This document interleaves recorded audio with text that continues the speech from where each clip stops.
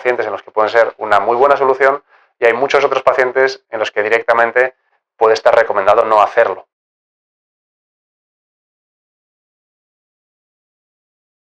Hace poco os contábamos cómo nos parecía interesante la idea de hacer una serie de vídeos relacionados entre sí en los que hablásemos de los diferentes riesgos que se asocian a las cirugías de columna.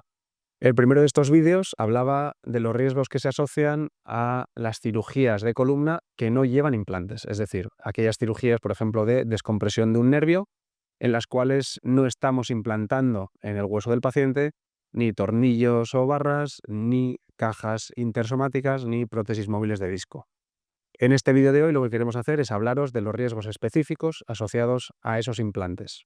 Por descontado que lo normal es que todo vaya bien, es decir, que cuando hacemos un diagnóstico preciso y una buena técnica quirúrgica, lo habitual es que a ese paciente se le resuelva el problema. Sin embargo, sigue habiendo un porcentaje bajo de casos en los que puede surgir alguna complicación. Y en este vídeo os queríamos hablar de las complicaciones que se asocian de forma más específica a los implantes. Lo primero que queríamos antes de seguir es aclarar un término que se usa con mucha frecuencia y es relativamente erróneo y se usa sobre todo por parte de los pacientes cuando una cirugía no tiene el resultado deseado, y es el término de rechazo a los implantes o rechazo a la cirugía. En este sentido, que haya una alergia a esas aleaciones que se utilizan para crear esos tornillos, esas cajas, esos implantes, a día de hoy es extremadamente raro. Sigue habiendo un porcentaje muy bajo de pacientes que pueden tener una alergia a algún componente, como puede ser el níquel, y para esos pacientes hay implantes específicos que evitan ese tipo de aleaciones. Pero en general todos los implantes son seguros y los casos de alergia propiamente dicha son extremadamente bajos. En este sentido, los médicos y los cirujanos sabemos que cuando un paciente utiliza este término de rechazo,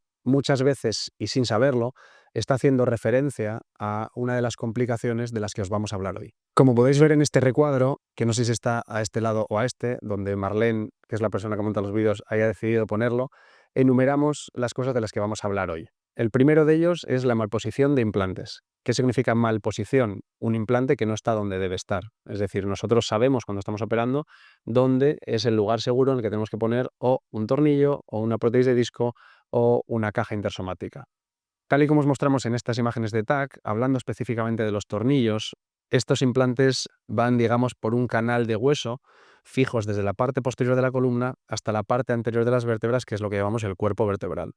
En este sentido, como vemos en esta imagen, si ese tornillo, que el que podéis ver aquí mide alrededor de 6 o 7 milímetros de ancho, para que podáis comparar, estuviese a 1 milímetro a un lado o 1 milímetro a otro, habitualmente no supone ningún problema.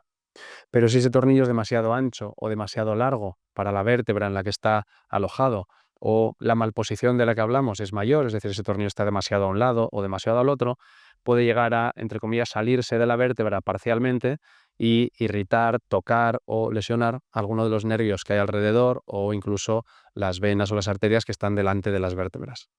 En cualquier caso, se sabe por estudios que han revisado a cientos y cientos de pacientes haciendo exámenes de tomografía a pacientes que están operados con distintos implantes, que hay un porcentaje considerable de tornillos específicamente que pueden estar un poco fuera de su trayectoria óptima, es decir, un poquito fuera de una vértebra, y no generar un problema. En cualquier caso, para minimizar estos riesgos, han ido surgiendo en los últimos años diferentes sistemas que llamamos de navegación o de robótica, en muchas especialidades, pero específicamente en traumatología y en cirugía de columna.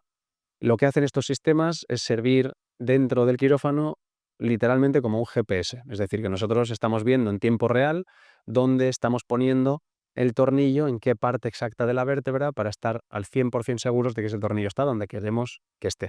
Son sistemas tremendamente útiles, muy precisos, que aumentan la seguridad para el paciente y también la tranquilidad del cirujano en el quirófano, y que realmente son el futuro, y lo esperable es que se sigan implementando. Y si os interesa el tema, bueno, podemos hacer otro vídeo otro día hablando de ello. La segunda cosa de la que os queríamos hablar es de la movilización de los implantes. Nosotros operamos, ponemos los tornillos, las cajas, todo en su sitio, pero esos tornillos no tienen suficiente sujeción, hay un hueso débil y esos tornillos pueden aflojarse o moverse, no dando suficiente estabilidad a ese segmento que hemos querido fijar.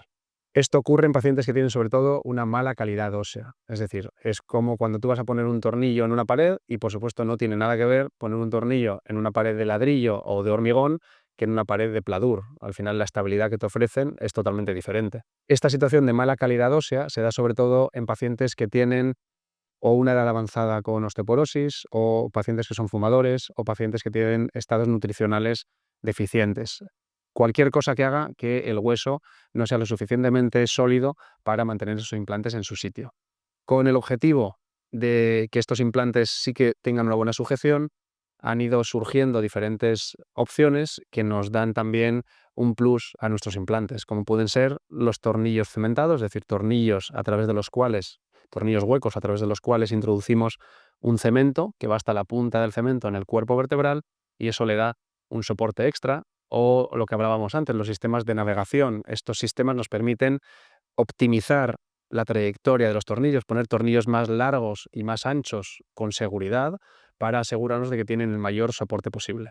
El tercer tema del que os queríamos hablar, y que no ocurre, por supuesto, solamente en cirugía de columna, sino en cualquier cirugía que lo que pretenda es conseguir una fusión entre dos huesos, una consolidación, es lo que llamamos la pseudoartrosis o como le llaman en inglés, la no unión. Es decir, nosotros en un porcentaje muy alto de las cirugías lo que hacemos es una fusión, una fijación de una o de varias vértebras con el objetivo de que crezca hueso de una vértebra a la otra. Y de esa manera, ese constructo que hemos hecho, con tornillos y con barras, sea estable a largo plazo.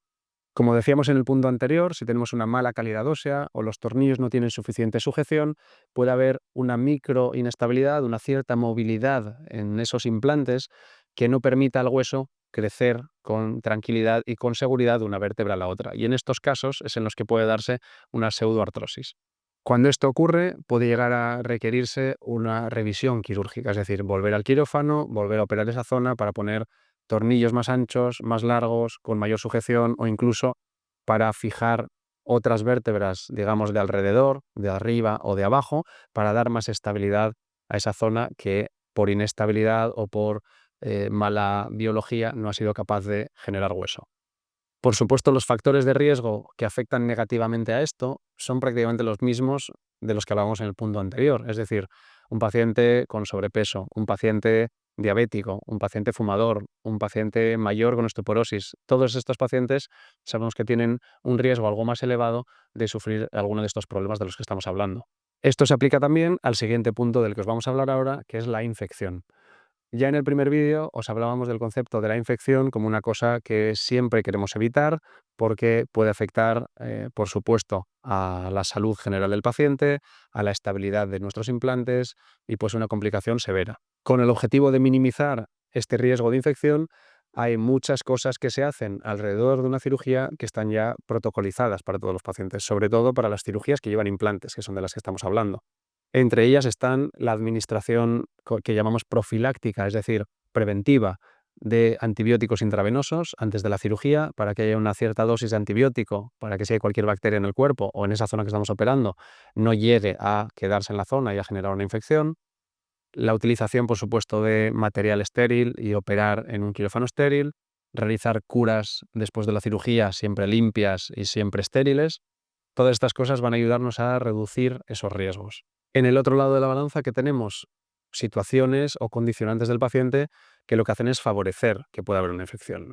Entre ellas están un estado nutricional malo del paciente, pacientes diabéticos, de forma que esa diabetes sabemos que puede afectar a la microvasculatura, a las pequeñas arterias y venas que nutren los tejidos, los músculos, la piel, y pueden favorecer que no cicatrice bien esa herida, que quede mínimamente abierta y que alguna bacteria, digamos, que se cuele y genere un problema y una infección. Y, por supuesto, pacientes fumadores. Sabemos que el tabaco también afecta a la calidad de los tejidos y a la microvascularización, de forma que puede afectar a la cicatrización de las heridas, hasta el punto de que hay escuelas de columna que recomiendan que no se realice nunca una cirugía de artrodesis o de fusión vertebral en un paciente fumador, salvo que hayamos conseguido que haya estado sin fumar al menos unos 6 meses antes de esa cirugía. Como solemos decir, siempre hay que hacer, en cualquier caso, una balanza de los riesgos y de los beneficios de cualquier cirugía. Y en este sentido, nos vamos a encontrar seguro en algún momento con pacientes diabéticos o con pacientes fumadores que, por la urgencia de su patología o por una limitación muy severa en su calidad de vida, no sean capaces de esperar para una cirugía.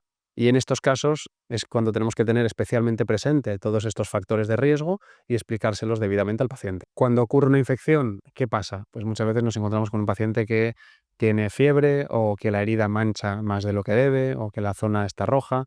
En estos casos tenemos que ver lo primero qué tipo de infección tenemos delante.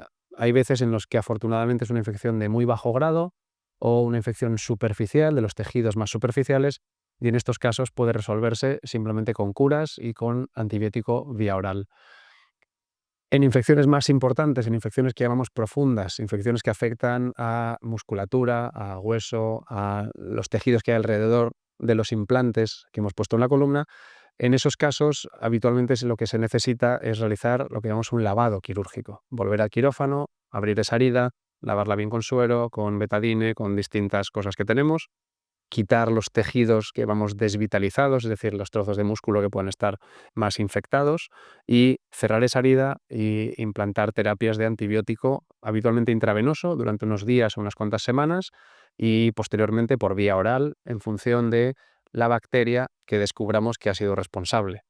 A la vez que hacemos ese lavado de la herida, tomamos muestras para analizarlo y saber qué bacteria es la responsable y pautar, prescribir antibióticos dirigidos a esa bacteria. Esta identificación de la bacteria es especialmente importante porque hay algunas bacterias que, sobre todo en la cirugía con implantes, tienden a pegarse a esos implantes. Es uno de los riesgos específicos de las infecciones en las cirugías con implantes, cosa que no ocurre cuando no hacemos una cirugía sin implantes, una descompresión.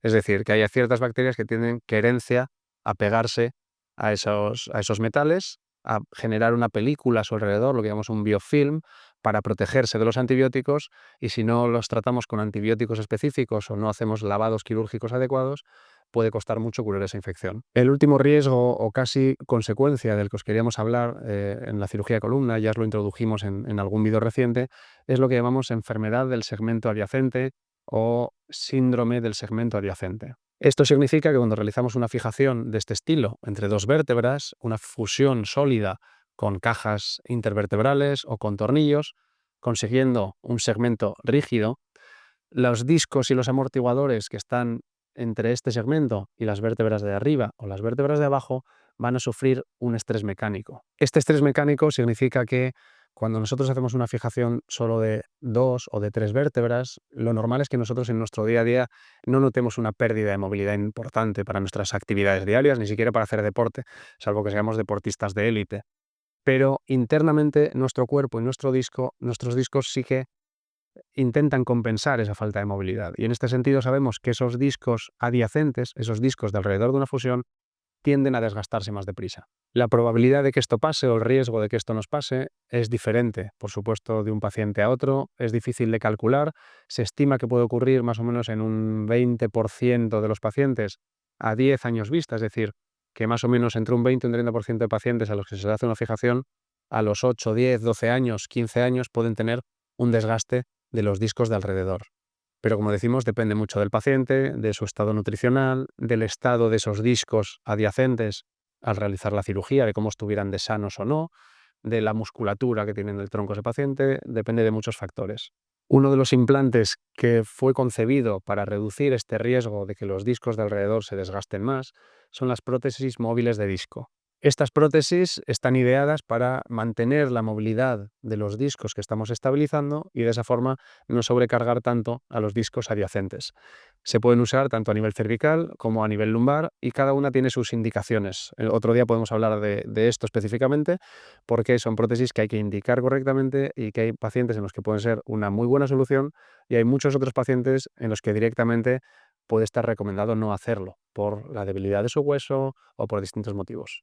Bueno, esperemos que os haya gustado el vídeo. Estos son los riesgos más frecuentes o más que nos parecen más importantes cuando hablamos de una cirugía de columna con implantes. Insistimos en que no son cosas especialmente frecuentes, pero consideramos que es uno de los temas importantes a tratar antes de una cirugía. Intentamos explicárselo en detalle a todos nuestros pacientes y queríamos explicároslo a todos vosotros para que también tuvierais esa información. Cualquier duda, consulta o sugerencia, os leemos en los comentarios y estaremos encantados de contestaros o de hacer nuevos vídeos sobre cualquier tema que os pueda interesar. Gracias.